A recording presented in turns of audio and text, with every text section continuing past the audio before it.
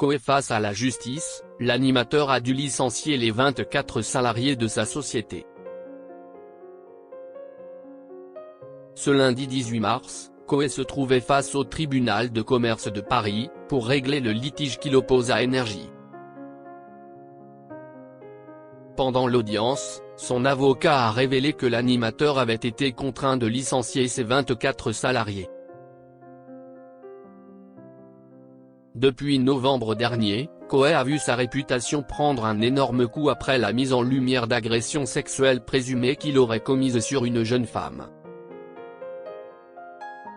Une affaire rapidement portée devant la justice par la victime présumée mais également par l'animateur lui-même, qui nie fermement les allégations qui pèsent contre lui.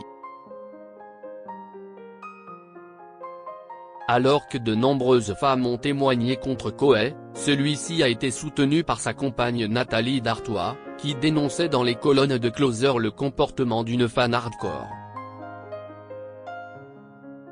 Elle envoyait des photos ou des vidéos d'elle dénudée à Sébastien et des garçons de l'équipe, a-t-elle affirmé.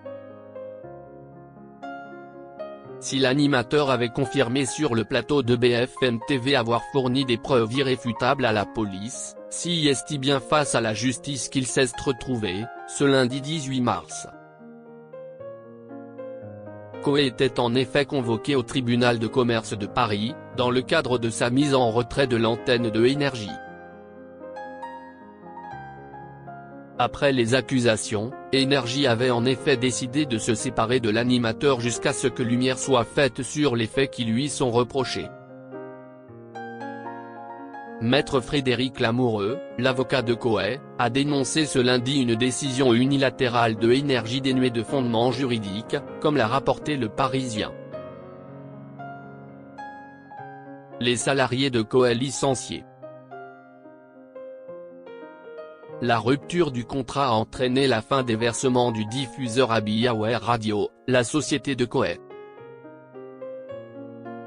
Face à cette situation compliquée, le présentateur radio a finalement été contraint de licencier ses 24 salariés, comme l'a indiqué son avocat lors de l'audience.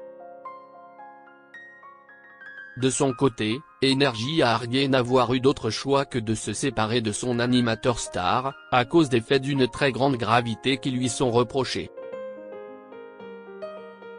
Ce sont des crimes qui relèvent de la cour d'assises, a souligné l'avocat de la défense.